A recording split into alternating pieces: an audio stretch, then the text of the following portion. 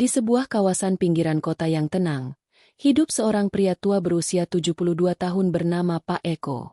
Penampilannya sederhana, mengenakan kemeja katun kusam, celana panjang yang digulung di mata kaki, dan topi raju tua pemberian almarhum istrinya. Namun, di balik kesederhanaan itu, terdapat sosok yang sangat dihormati oleh warga sekitar. Setiap pagi, Pak Eko menyapu halaman rumahnya sendiri, menyiram tanaman, dan menyapa tetangga dengan ramah. Wajahnya teduh, tapi sorot matanya tetap tajam. Sekali waktu, anak-anak muda di lingkungan itu datang untuk meminta nasihat, dan Pak Eko selalu menyambut mereka dengan tangan terbuka dan kata-kata penuh bijak. Ia dikenal bukan hanya sebagai warga senior, tapi juga sebagai sosok yang tegas dan berwibawa. Tak banyak yang tahu bahwa lelaki tua ini pernah menjadi mayor angkatan laut. Masa lalunya dipenuhi pengabdian di laut lepas, memimpin pasukan dalam berbagai operasi negara, dan menyusun strategi di tengah tekanan yang tidak semua orang mampu tahan. Setelah pensiun, ia memilih hidup tenang, tidak memamerkan kejayaan masa lalu, dan lebih banyak menghabiskan waktu di rumah bersama anak sematawayangnya, Jeffrey. Jeffrey adalah sosok muda sederhana yang mengikuti jejak ayahnya dalam nilai moral, meski bukan dalam karir militer. Ia bekerja sebagai guru honorer di sebuah sekolah kecil, dikenal sabar, dan penuh semangat dalam mendidik anak-anak. Hubungan ayah-anak ini sangat kuat. Keduanya hidup saling menopang, saling menjaga, dan saling memahami dalam keheningan yang tak banyak membutuhkan kata. Suasana rumah mereka dipenuhi ketenangan. Buku-buku lama tersusun rapi di rak, piagam penghargaan masa dinas Pak Eko menggantung di dinding ruang tamu, dan di sudut ruangan ada altar kecil tempat Pak Eko biasa duduk merenung setiap malam. Tak ada kemewahan, tapi rumah itu penuh nilai. Tidak ada yang menyangka bahwa dalam waktu dekat, kedamaian itu akan terguncang hebat. Di balik semua ketenangan yang terlihat, masa lalu Pak Eko yang penuh ketegasan dan keberanian akan kembali bangkit. Bukan untuk dirinya, melainkan untuk keadilan yang harus ditegakkan demi anaknya, demi kebenaran yang tak boleh diabaikan. Pagi itu, langit berwarna kelabu. Gerimis turun perlahan seperti sebuah pertanda dari alam. Pak Eko duduk di ruang tamu rumahnya yang hening, memperhatikan satu persatu foto lama yang menggantung di dinding. Foto hitam putih dirinya muda dalam seragam angkatan laut, dikelilingi anak buahnya, tersenyum tegas di geladak kapal perang. Di sebelahnya, sebuah figura kayu tua memajang medali kehormatan yang sudah sedikit berdebu, namun masih menyimpan pancaran keagungan masa lalu. Tangannya yang keriput meraba medali itu perlahan, seakan ingin menghidupkan kembali semangatnya. Di dada Pak Eko, perasaan campur aduk berkecamuk, kerinduan pada masa pengabdian, rasa syukur atas hidup damai yang ia jalani sekarang, dan, tanpa ia sadari, kesiapsiagaan yang mulai bangkit, seakan tubuh tuanya tahu bahwa waktunya untuk berdiam akan segera berakhir. Sementara itu, di sisi lain kota, Jeffrey berjalan kaki menuju sekolah. Ia membawa beberapa buku lusuh dan map tugas murid-muridnya. Di jalan, ia sempat berhenti di warung kecil untuk membantu seorang ibu tua mengangkat karung beras. Senyum tulusnya tak pernah lepas, bahkan ketika ia harus mengajar tanpa bayaran penuh. Baginya, ilmu adalah cahaya yang harus disebarkan, dan cinta kasih kepada sesama adalah warisan terbaik dari ayahnya. Di sekolah, murid-murid menyambutnya hangat. Jeffrey duduk di bangku kayu panjang sambil membimbing anak-anak menulis. Tak jauh dari sana, seorang rekan guru memandanginya dan berbisik pada kepala sekolah. Anak Pak Eko itu, luar biasa ya. Sabar, rendah hati, dan punya prinsip. Hari itu berlalu seperti biasa. Kota terlihat tenang. Burung-burung pulang ke sarangnya.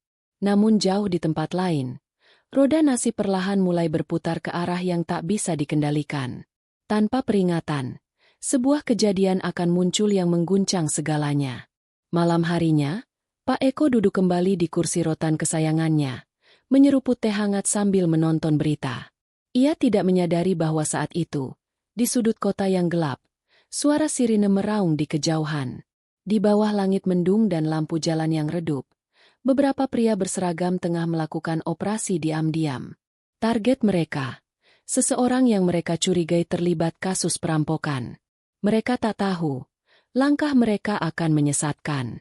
Dan malam itu pun menjadi malam terakhir Pak Eko bisa tidur dengan tenang.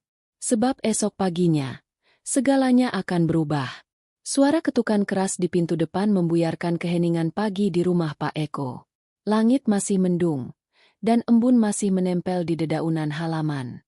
Pak Eko berjalan perlahan menuju pintu, namun sebelum ia sempat membukanya, suara langkah kaki tergesa dan teriakan tetangga mulai terdengar dari luar pagar. Pak Eko! Pak Eko! Jeffrey dibawa polisi. Tadi subuh, dari warung Bu Sumi, katanya ditarik paksa ke mobil. Tubuh Pak Eko sontak menegang. Ia membuka pintu dengan cepat. Wajahnya memucat namun matanya menyala dengan kecemasan yang sulit disembunyikan. Tanpa banyak bicara, ia bergegas keluar rumah, berjalan cepat ke arah yang ditunjukkan tetangganya. Di pinggir jalan, beberapa warga berkumpul, bercerita dengan nada resah. Mereka menyaksikan bagaimana sekelompok pria berseragam tanpa seragam resmi datang menggunakan mobil berplat gelap dan menangkap Jeffrey. Pemuda itu tidak melawan, hanya terlihat kebingungan. Ia dibawa tanpa penjelasan, tanpa surat, tanpa alasan yang jelas. Pak Eko berdiri diam di tengah kerumunan, mendengarkan dengan rahang mengeras. Hatinya mulai dipenuhi pertanyaan. Apa yang terjadi? Kenapa anaknya? Apa mungkin ini salah sasaran? Ia kembali ke rumah dan membuka lemari besi kecil di dalam kamar. Di dalamnya terdapat dokumen-dokumen lama, surat keputusan pensiun, identitas militer, catatan prestasi dinas, dan beberapa dokumen penting lainnya. Tangannya gemetar namun tetap mantap saat mengambil satu persatu berkas. Matanya menelusuri setiap halaman, bukan hanya untuk mencari jawaban, tapi untuk mengingatkan dirinya bahwa ia pernah berdiri di garis depan menjaga keadilan negeri ini. Waktu terus berjalan. Siang menjelang, tapi suasana rumah itu tetap membeku. Tak ada kabar tentang Jeffrey. Telepon ke kantor polisi terdekat hanya dijawab singkat. Tidak ada penahanan atas nama itu. Namun Pak Eko tahu, anaknya tidak mungkin menghilang begitu saja. Dan ia juga tahu, nalurinya sebagai prajurit belum mati. Ada sesuatu yang salah. Malamnya, Pak Eko duduk termenung di depan altar kecil di sudut ruang tamu. Ia menyalakan lilin, seperti yang biasa ia lakukan saat hati gelisah. Di hadapannya, tergantung bendera kecil Angkatan Laut yang sudah lusuh. Ia menghela napas panjang, lalu berkata lirih pada dirinya sendiri, "Jika negara diam, maka aku tak boleh tinggal diam." Besok, langkah pertama akan dimulai. Dan dunia akan melihat bahwa seorang tua pun bisa mengguncang tembok kekuasaan, jika keadilan anaknya dipermainkan. Pagi itu, udara masih dipenuhi embun ketika Pak Eko melangkah dengan langkah pasti menuju kantor kepolisian sektor terdekat. Mengenakan kemeja putih yang telah ia setrika sendiri malam sebelumnya dan membawa map coklat berisi dokumen militer, ia berjalan tanpa ragu. Wajahnya tenang, namun sorot matanya penuh tekanan yang tertahan. Sesampainya di kantor polisi, Pak Eko disambut oleh suasana dingin dan birokrasi yang kaku. Petugas jaga yang masih muda memandangnya dengan tatapan kosong. Ketika Pak Eko menyebut nama anaknya dan maksud kedatangannya, hanya jawaban seadanya yang diberikan. "Kami belum terima laporan penangkapan atas nama itu, Pak." Namun Pak Eko tidak mudah menyerah. Ia membuka map, menunjukkan identitas dan catatan dinasnya di Angkatan Laut. Ada jeda singkat di wajah petugas itu, sebuah pengakuan diam-diam terhadap siapa yang berdiri di hadapannya. Tapi kalimat balasannya tetap sama. "Kami akan coba cari informasinya dulu." Hari itu, Pak Eko menghabiskan waktu dari satu kantor ke kantor lain. Polsek, Polres, bahkan ke dinas sosial dan posko pengaduan masyarakat. Semuanya memberi jawaban serupa. Tidak tahu, belum tahu, atau masih dicek. Hatinya seperti dihimpit beban yang semakin berat.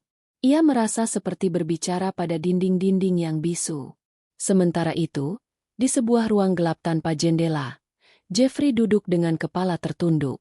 Tangannya diborgol ke kursi besi. Tubuhnya kelelahan setelah malam tanpa tidur. Ia tidak tahu tempat apa ini, hanya tahu ia dibawa oleh orang-orang yang tidak menjelaskan siapa mereka, tidak membacakan haknya, dan tidak memperlakukan dirinya seperti manusia.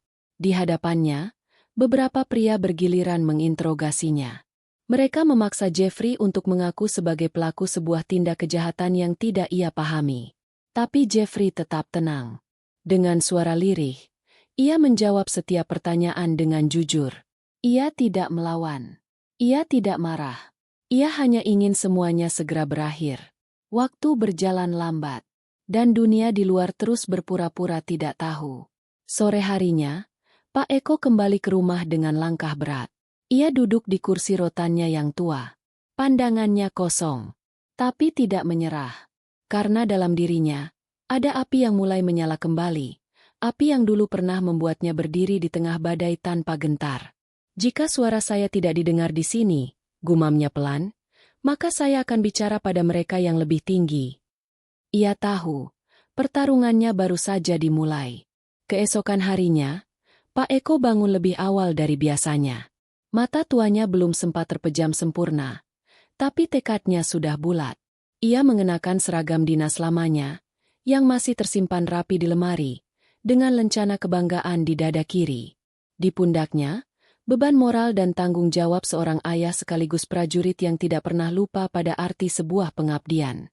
Ia menyiapkan surat laporan resmi yang ditulis dengan tangan sendiri, rapi dan tegas. Setiap kalimatnya penuh muatan emosi yang ditahan, namun tetap dalam koridor disiplin yang ia junjung selama puluhan tahun berdinas.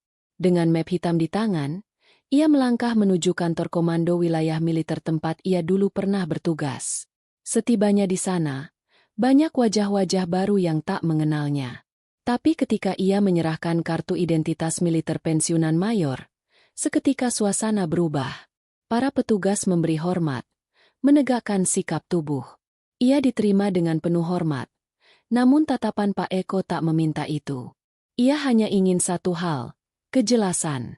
Di ruang tunggu yang sejuk, Pak Eko duduk dalam diam. Beberapa perwira menatapnya dengan rasa hormat dan sedikit kekaguman. Tidak setiap hari seorang mantan perwira senior datang ke markas dengan wajah penuh beban seperti ini. Tak lama kemudian, seorang perwira menengah memanggilnya masuk ke ruang konsultasi. Pak Eko membuka map dan menyampaikan semua kronologi. Dengan suara tenang namun penuh tekanan, ia ceritakan penangkapan anaknya, sikap aparat di kantor kepolisian, dan ketidakjelasan keberadaan Jeffrey. Setiap kata yang diucapkannya seolah menggema dan menyentuh nurani siapapun yang mendengar. Perwira itu mendengarkan dengan seksama, lalu berkata pelan, "Kami akan bantu, Pak. Kami akan kirim surat ke Mabes dan menyalurkan laporan ini ke Propam. Ini sudah di luar batas." Pak Eko hanya mengangguk. Tak ada senyum. Tak ada rasa lega. Hanya diam yang berarti, ia belum akan berhenti. Di sisi lain kota, Jeffrey masih berada di ruangan pengasingan. Tubuhnya melemah, tapi pikirannya tetap sadar. Ia mengulang doa-doa dalam hati, menenangkan pikirannya, meski rasa lelah dan bingung terus menyerangnya. Di antara jeda interogasi, ia mencoba berdiri, walau lemah, agar tetap merasa sebagai manusia yang berhak untuk hidup bermartabat. Hari itu, gema suara Pak Eko telah resmi tercatat di meja yang lebih tinggi. Dan dari meja itulah, percikan keadilan mulai menyala. Perlawanan yang tadinya sunyi kini mulai terdengar. Dan saat suara hati seorang ayah menggema di atas kertas resmi negara, tak ada sistem yang bisa menutup telinga selamanya. 2 hari setelah laporan Pak Eko sampai di komando wilayah, sebuah surat resmi bersampul tebal tiba di meja Kepala Divisi Propam di Mabes Polri. Surat itu berisi ringkasan peristiwa, bukti-bukti awal, serta pengakuan seorang pensiunan mayor Angkatan Laut tentang dugaan penyalahgunaan wewenang oleh oknum aparat kepolisian sektor. Dalam hitungan jam, atensi pun mulai beralih ke satu titik. Siapa sebenarnya Jeffrey, dan mengapa ia ditangkap tanpa prosedur? Sementara itu, di rumahnya yang sederhana, Pak Eko duduk di meja makan dengan wajah lelah. Ia belum bisa tidur nyenyak. Setiap kali ia memejamkan mata, bayangan Jeffrey, anak satu-satunya yang menjadi semangat hidupnya, muncul dalam gelap. Tapi pagi itu, sebuah telepon masuk. Suara di seberang sangat tegas, memperkenalkan diri sebagai perwira dari divisi Propam. Mereka meminta Pak Eko datang ke Jakarta untuk memberi keterangan langsung. Meski tubuhnya tak lagi muda, Pak Eko tak butuh waktu lama untuk bersiap. Ia membawa map berisi dokumen yang sudah ia siapkan berhari-hari, lalu naik kereta pagi ke ibu kota. Sepanjang perjalanan, pikirannya melayang ke masa lalu, saat dirinya memimpin pasukan di tengah laut, menghadapi badai, menjaga perbatasan negara. Ia pernah menghadapi musuh bersenjata.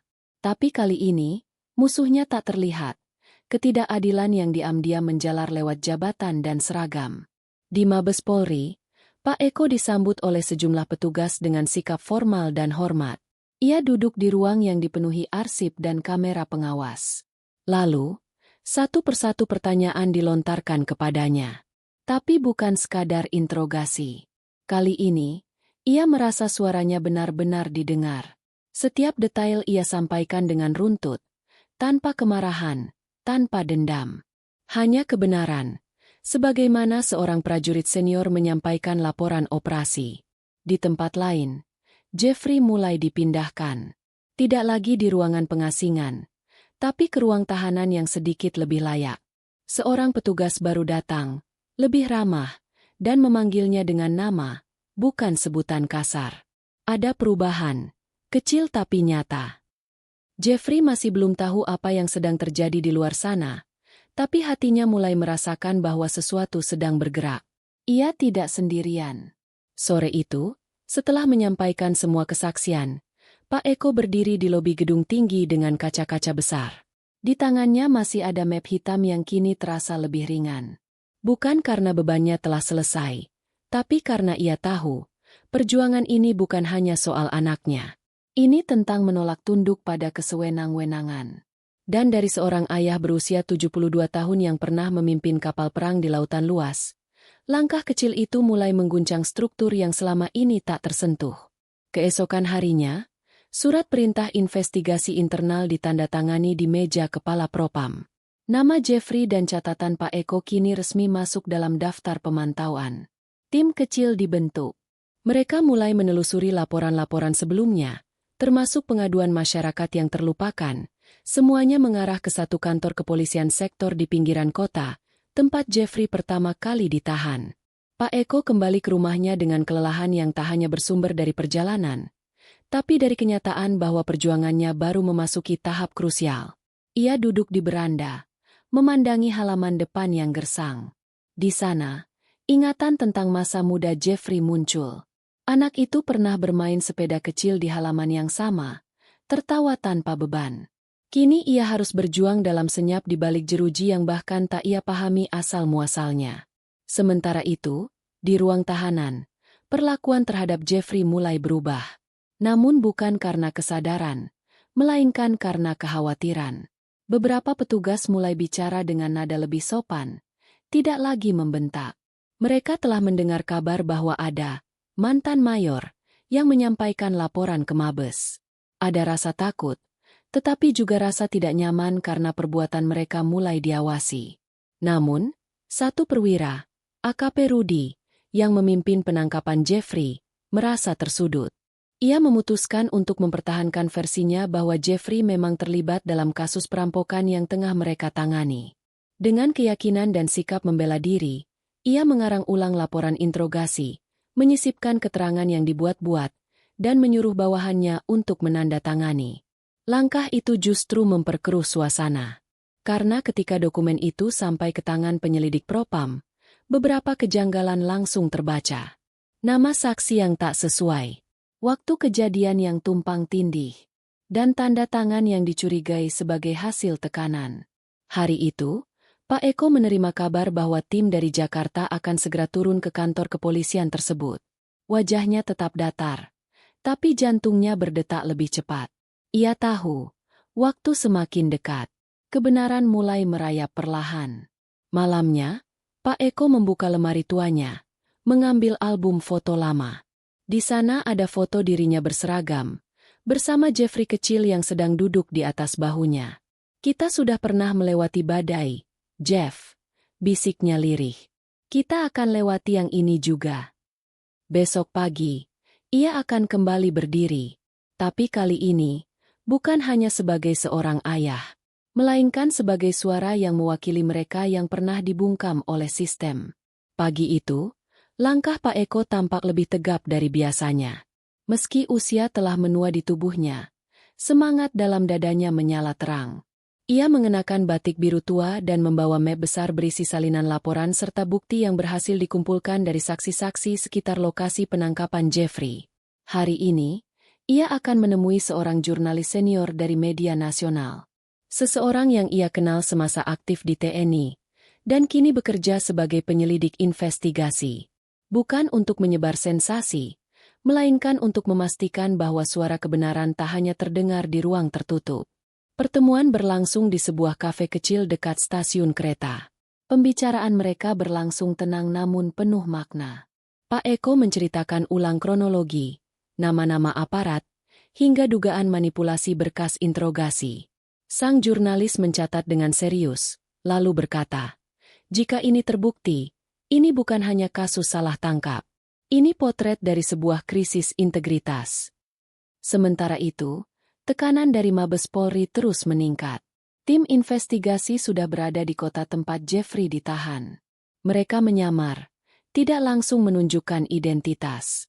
Mereka mendatangi warga sekitar, mencari tahu karakter Jeffrey, menggali informasi tentang malam penangkapan. Dan dari satu pintu ke pintu lainnya, pola ketidakberesan mulai terbentuk. Beberapa warga bersaksi bahwa Jeffrey tidak pernah terlihat berbuat gaduh atau mencurigakan.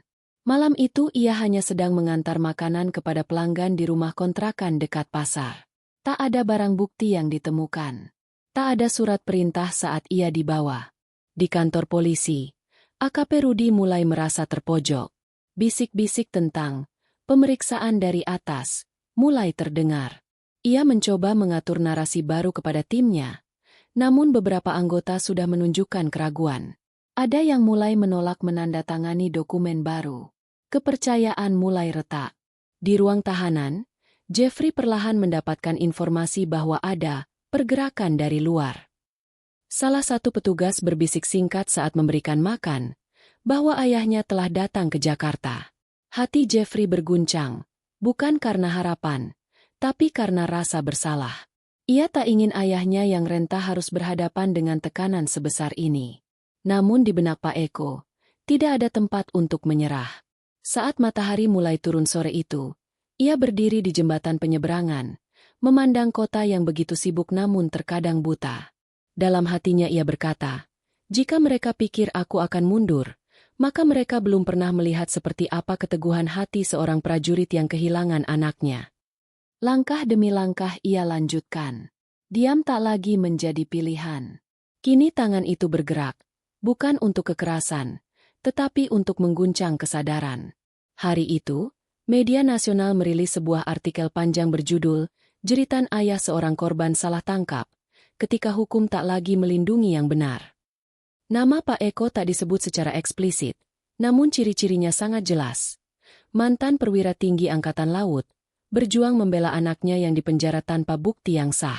Artikel itu menyebar cepat. Di media sosial, publik mulai menaruh perhatian. Tagar keadilan untuk Jeffrey perlahan muncul dan menjadi tren lokal. Warga kota kecil tempat kejadian pun mulai bersuara. Beberapa mantan tahanan turut memberikan kesaksian anonim, bahwa mereka pun pernah merasakan tekanan dan tindakan sepihak dari oknum di kantor polisi yang sama. Mabes Polri kini tak bisa diam. Tim dari Propam ditingkatkan statusnya menjadi tim audit khusus. Mereka diberi kewenangan untuk memeriksa tidak hanya prosedur, tetapi juga menyita dokumen dan merekam ulang keterangan para petugas. Sorotan publik memberikan mereka amunisi untuk bergerak lebih luas. Pak Eko, di tengah arus perhatian itu, tetap menjaga ketenangannya. Ia tahu bahwa kemenangan bukan diukur dari suara paling nyaring, tetapi dari bukti paling kuat. Maka ia kembali mendatangi beberapa saksi malam kejadian. Ada seorang penjaga warung, seorang tukang ojek, dan seorang satpam di pertokoan. Mereka semua ingat bahwa Jeffrey malam itu tidak berbuat gaduh. Bahkan, Jeffrey sempat membantu seorang ibu yang motornya mogok di pinggir jalan. Dengan teliti, Pak Eko menyusun pernyataan tertulis dari para saksi tersebut. Ia fotokopi dan kirimkan langsung ke kantor tim audit khusus. Semua dilakukan dengan tangan tuanya, pelan tapi pasti. Di sela-sela aktivitas itu, ia sempat menerima telepon dari seorang mantan juniornya yang kini menjabat di lingkungan pertahanan. Suaranya rendah, namun tulus. "Pak, saya sudah baca beritanya. Kalau Bapak butuh bantuan, saya siap. Ini bukan hanya soal anak Bapak, ini soal harga diri kita sebagai bangsa." Sementara itu, di kantor polisi tempat Jeffrey ditahan, suasana mulai tak nyaman. Beberapa petugas memilih menghindari tugas interogasi. Mereka khawatir semua gerak-gerik mereka sedang direkam. Bahkan ruang tahanan kini mulai diperiksa ulang oleh pihak luar. AKP Rudi berusaha mengendalikan situasi, tapi wajahnya tegang. Ia menyadari, permainan yang selama ini ia kuasai, perlahan mulai berbalik arah. Jeffrey, dari balik jeruji, mulai mendengar kabar dari sesama tahanan yang sempat melihat berita. Ada harapan kecil yang tumbuh di matanya. Ia tahu ayahnya tak akan tinggal diam. Tapi ia tak tahu bahwa ayahnya sedang mengguncang fondasi dari sesuatu yang jauh lebih besar. Ketegangan itu merayap diam-diam di balik tembok institusi. Dan di luar sana, langkah-langkah kecil seorang pria tua terus menggemakan satu pesan. Kebenaran tak akan pernah bisa dipenjara. Kalimat itu menggema di benak Pak Eko saat ia berdiri di depan gedung besar berlogo Mabes Polri. Hari itu, ia menerima undangan resmi dari tim audit khusus untuk menyampaikan secara langsung keterangan, bukti, dan kesaksian yang telah ia kumpulkan. Undangan itu bukan sekadar formalitas. Ini adalah sinyal bahwa perjuangannya telah menembus lapisan birokrasi yang biasanya rapat dan dingin. Ia datang sendiri, membawa map coklat yang lusuh karena sering dibuka tutup.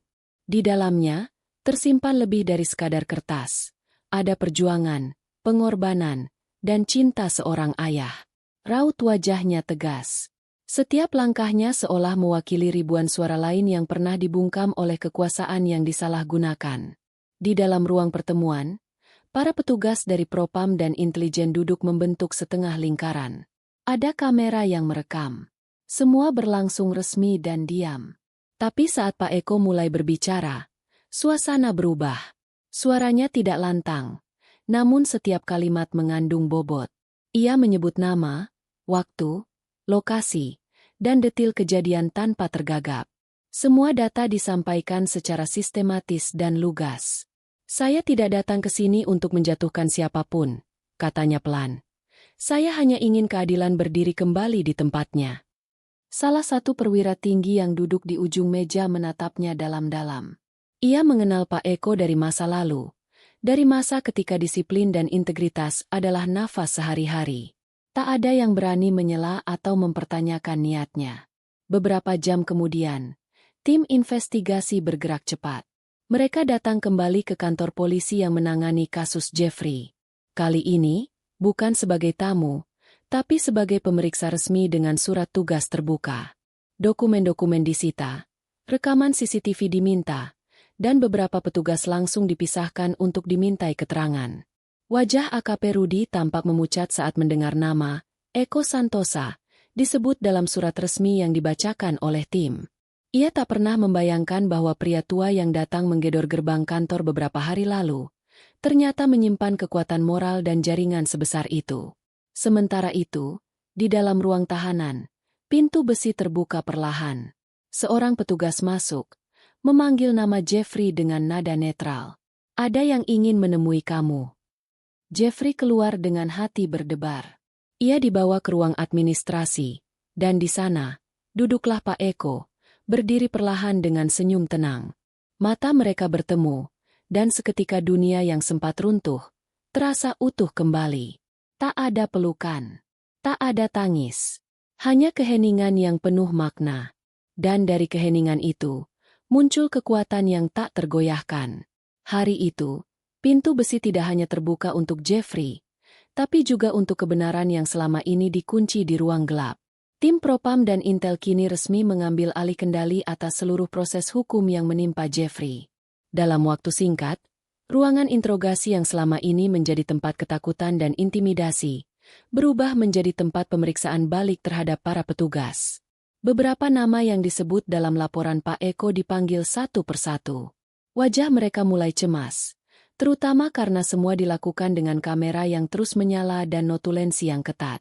Pak Eko diminta hadir kembali, kali ini bukan sebagai pelapor, tapi sebagai pengamat kehormatan. Ia duduk di belakang ruangan, mengenakan kemeja putih dan topi lusuh khas purnawirawan. Namun dari cara semua orang berdiri saat ia masuk, terlihat bahwa wibawanya tidak luntur sedikit pun. AKP Rudi, yang selama ini mengendalikan jalannya penyidikan terhadap Jeffrey, akhirnya duduk di kursi interogasi. Suasana berubah hening. Tak ada yang berani bercanda. Sebuah rekaman suara diputar. Rekaman dari CCTV yang membuktikan bahwa Jeffrey saat itu sama sekali tidak berada di tempat kejadian perkara. Kamera di pertokoan dan perempatan memperlihatkan dengan jelas bahwa Jeffrey tengah membantu seorang ibu tua yang motornya mogok. Waktu dalam rekaman itu cocok dengan waktu yang ditulis dalam laporan polisi. Ketika bukti itu diputar, kepala AKP Rudi tertunduk. Tak ada pembelaan. Semua telah terpampang di depan mata. Beberapa anggota tim penyidik yang lain mulai menyadari bahwa mereka berada di tengah badai yang tak bisa lagi disangkal. Di sisi lain, Jeffrey diminta memberikan kesaksian secara tertulis tentang perlakuan yang ia alami. Tanpa dendam, ia menuliskan semuanya. Setiap peristiwa dijabarkan dengan hati-hati, tidak dengan nada membalas, tapi dengan niat memberi pelajaran. Bahkan saat menuliskan bagian paling menyakitkan, ia tetap menjaga bahasanya agar tidak menyerang pribadi. Itu membuat tim Mabes terdiam kagum. Seorang anak muda yang diperlakukan semena-mena, namun mampu tetap menjaga martabat dalam bersuara. Pak Eko, yang membaca kesaksian putranya di sela waktu, tak kuasa menyembunyikan rasa haru. Ia tahu, perjuangannya bukan hanya untuk membebaskan anaknya, tapi juga telah menanamkan nilai yang lebih besar, keberanian dalam kebenaran. Hari itu, ruangan yang selama ini penuh tekanan dan ketakutan, menjadi saksi bahwa keadilan masih bisa berdiri tegak.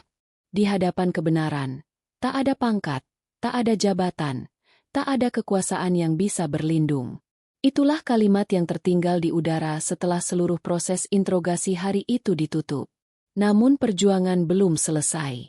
Tim dari Mabes kini mulai menyusun laporan lengkap dan final untuk diserahkan ke pimpinan Polri. Proses ini tak bisa lagi dihentikan oleh siapapun, karena semua bukti sudah terpampang jelas, dan tekanan publik mulai bermunculan setelah berita diam-diam mulai tersebar. Pak Eko menyadari, ini bukan hanya kemenangan pribadi. Ini adalah momentum langka, di mana seorang rakyat biasa, meski berlatar belakang militer, berhasil mengguncang sistem demi sebuah nama baik. Tapi ia tidak ingin larut dalam euforia. Ada satu hal yang masih ia tunggu, pembebasan resmi dan permintaan maaf secara langsung kepada putranya. Sementara itu, Jeffrey mulai kembali menjalani hari-harinya di sel yang kini dijaga ketat oleh petugas dari Propam. Tak ada lagi intimidasi. Tak ada lagi suara keras malam-malam. Tapi tetap saja, sel itu adalah penjara. Kebebasan secara fisik belum ia miliki. Malam hari, Pak Eko duduk di depan rumah kontrakannya, memandangi langit. Di tangannya, sebuah surat terbuka yang ia tulis untuk media nasional. Surat itu bukan untuk menuntut, tapi untuk mengingatkan. Ia ingin publik tahu bahwa sistem yang seharusnya melindungi rakyat bisa salah arah jika tidak diawasi. Pagi harinya, surat itu tayang di halaman opini sebuah media besar. Judulnya sederhana, "Saat kebenaran harus mengetuk pintu yang salah." Tiba-tiba, nama Pak Eko menjadi pembicaraan publik. Tidak sebagai pahlawan, tapi sebagai simbol suara diam rakyat yang akhirnya bersuara. Sore itu, mobil dinas berhenti di depan rumah kontrakan. Seorang perwira dari Mabes datang, menyerahkan sebuah surat resmi. Isinya, pemindahan Jeffrey dari status tahanan menjadi saksi, dan pemberhentian sementara terhadap beberapa oknum yang terlibat. Permintaan maaf resmi juga disiapkan secara tertulis dan akan diumumkan terbuka. Pak Eko membacanya pelan. Tak ada senyum bangga. Hanya sepasang mata yang berkaca-kaca. Ia menatap surat itu seperti seorang pejuang memandangi medali bukan karena kebanggaan, tapi karena luka yang harus ia tempuh untuk mendapatkannya. Malam itu, untuk pertama kalinya dalam beberapa hari terakhir, Pak Eko tertidur lebih tenang. Ia tahu, Esok pagi akan menjadi awal dari sebuah akhir yang panjang. Saat matahari terbit, ketenangan pagi disambut dengan bunyi sirene pelan dari iring-iringan kendaraan mabes yang memasuki halaman polsek tempat Jeffrey pertama kali ditahan. Di antara mereka, seorang pejabat tinggi Propam membawa sebuah berkas tebal yang mencantumkan nama-nama personel yang akan segera diberhentikan sementara dan diperiksa lebih lanjut. Pak Eko tiba lebih dahulu, berdiri di tepi halaman. Ia tidak datang dengan amarah, melainkan dengan kebijaksanaan yang memancar kuat dari sikap dan sorot matanya. Semua anggota polisi yang keluar dari kantor pagi itu secara refleks memberi hormat, tidak karena pangkat, tapi karena rasa segan yang tumbuh dari dalam diri mereka sendiri. Di dalam kantor, ruangan besar telah disiapkan untuk sidang etik internal. Kamera internal menyala. Tim pencatat dari Mabes duduk bersiap. Pak Eko duduk di sisi kanan ruang sidang, mengenakan pakaian dinas lengkapnya yang telah disetrika rapi, penuh medali dan lambang pengabdian. Ia hadir bukan sebagai bagian dari lembaga, tapi sebagai simbol kekuatan sipil yang tak bisa dipatahkan. Saat Kapolsek dan AKP Rudi dipanggil masuk, suasana ruang berubah kaku. Pak Eko berdiri, diminta menyampaikan pernyataan akhir secara langsung. Dengan suara tenang namun tegas, ia menyampaikan bahwa pengabdian kepada negara bukan hanya tugas saat berseragam, tapi tanggung jawab moral yang dibawa sampai akhir hayat. Ia tidak menyampaikan kemarahan, tidak mengungkit luka. Ia hanya meminta agar setiap aparat ingat bahwa kekuasaan adalah titipan, dan ketika salah digunakan, maka rakyatlah yang pertama merasakan perihnya. Setelah selesai berbicara, ruangan itu sunyi. Tidak ada satupun yang berani berdebat. Tidak ada sanggahan. Sebab kalimat-kalimat Pak Eko bukan dakwaan, melainkan cermin untuk semua yang hadir di ruangan itu. Sore hari, keputusan akhir diumumkan. Beberapa petugas ditahan untuk pemeriksaan lanjutan, dan proses hukum dipastikan akan berlanjut ke tingkat lebih tinggi. Nama Jeffrey dipulihkan. Ia akan dibebaskan sepenuhnya dalam waktu kurang dari 24 jam. Pak Eko keluar dari gedung dengan langkah pelan. Di tangannya tidak ada selebaran kemenangan, tidak ada medali baru. Tapi di wajahnya, ada cahaya tenang seorang ayah yang tahu, perjuangannya telah sampai pada ujung yang benar. Sore itu langit tampak mendung, seolah alam pun hendak menutup sebuah babak panjang dalam diam. Mobil dinas yang membawa Jeffrey berhenti tepat di halaman rumah kontrakan. Pintu terbuka perlahan, dan dari dalam, langkah kaki yang ragu-ragu terdengar menjejak tanah. Jeffrey turun dengan pandangan bingung dan mata yang merah. Ia belum sepenuhnya percaya bahwa kebebasan itu kini benar-benar di hadapannya. Pak Eko berdiri di ujung halaman, menatap anaknya dengan tatapan yang tak berkata apa-apa. Hanya tangan kanannya yang terangkat memberi isyarat sederhana. Pulanglah. Tak ada pelukan dramatis. Tak ada tangisan keras. Tapi keheningan itu justru membuat udara terasa berat. Karena semua rasa telah tertumpah sejak lama, tak lagi butuh kata. Mereka duduk berdua di ruang tengah rumah sederhana itu, menatap dinding yang sudah mulai berwarna kusam. Di antara mereka, secangkir teh panas tersaji. Lama tak disentuh. Jeffrey, dengan suara yang hampir berbisik, akhirnya berkata, "Maaf sudah membuat ayah harus turun tangan sejauh ini." Pak Eko hanya mengangguk, lalu menjawab pelan. Kebenaran bukan sesuatu yang harus diminta maafkan, tapi dituntun sampai ditemukan. Malam itu, rumah Pak Eko ramai oleh tamu. Beberapa tetangga, beberapa jurnalis, dan perwakilan dari Mabes datang memberikan penghormatan secara tidak langsung. Tapi Pak Eko tetap tenang, tidak mencari sorotan. Ia justru meminta satu hal, agar Jeffrey diberi kesempatan menyelesaikan kuliahnya dan membangun masa depan seperti anak-anak muda lain. Di sisi lain, Mabes mengumumkan pembentukan tim khusus pembenahan prosedur interogasi. Nama, kasus Jeffrey, menjadi titik tolak pembaruan besar yang tak lagi bisa dibendung. Dan nama Pak Eko, tanpa ia sadari, mulai dijadikan contoh dalam materi pelatihan etika profesi di tubuh kepolisian dan militer. Namun bagi Pak Eko, malam itu hanya malam biasa. Ia menutup pintu perlahan, mematikan lampu ruang tamu, dan berbisik dalam hati. Satu langkah lagi. Hanya satu. Bisik Pak Eko dalam hati ketika malam menutup seluruh langit rumahnya. Pagi berikutnya, ia bangun lebih awal dari biasanya. Seragam dinas tua yang selalu tergantung rapi ia lipat dan simpan ke dalam peti kayu. Medali dan lencana ia bungkus dengan kain putih, lalu letakkan di dalam laci terkunci. Hari itu, ia dan Jeffrey pergi ke sebuah taman kecil di dekat pelabuhan tua, tempat di mana dulu ia sering melatih taruna-taruna muda saat masih aktif bertugas. Duduk bersebelahan di bangku tua yang menghadap ke laut, angin berhembus pelan, membawa aroma asin dan nostalgia yang dalam. Jeffrey menatap ayahnya penuh kekaguman. Ia bukan lagi hanya melihat sosok orang tua yang sederhana, tapi seorang pria yang telah bertempur bukan dengan senjata, melainkan dengan kehormatan, tekad, dan ketenangan. Pak Eko memecah keheningan. Kau tahu, keberanian itu bukan soal siapa yang lebih keras bicara, tapi siapa yang tetap diam saat semua menuntut teriakan. Jeffrey mengangguk perlahan. Luka-luka fisiknya memang masih terasa, tapi hatinya mulai pulih. Ia tahu, selama ini ayahnya bukan sedang melawan polisi, melainkan sedang membela martabat dan mengingatkan banyak orang tentang arti tanggung jawab. Hari itu juga, mereka berdua mengunjungi makam ibu Jeffrey. Di sana, Pak Eko hanya berkata lirih, "Semua sudah tenang, Bu."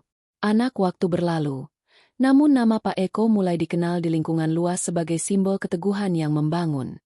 Tak ada medali atau penghargaan istimewa yang ia terima secara formal, tapi wajahnya sering muncul di ruang diskusi kampus, di pelatihan polisi baru, bahkan di media lokal yang menyebutnya penjaga diam dari keadilan. Dan di rumah sederhana itu, kehidupan kembali berjalan tenang. Pak Eko kembali menyiram bunga setiap pagi. Jeffrey mulai kuliah kembali, dan sesekali ikut menjadi pembicara dalam forum keadilan sipil. Cerita ini bukan tentang seorang mayor tua yang marah, tapi tentang cinta seorang ayah, tentang kehormatan yang tak pernah luntur oleh usia, dan tentang keberanian menghadapi ketidakadilan tanpa membalas dengan kekerasan. Karena di ujung semuanya, yang tertinggal bukan amarah, tapi keteladanan.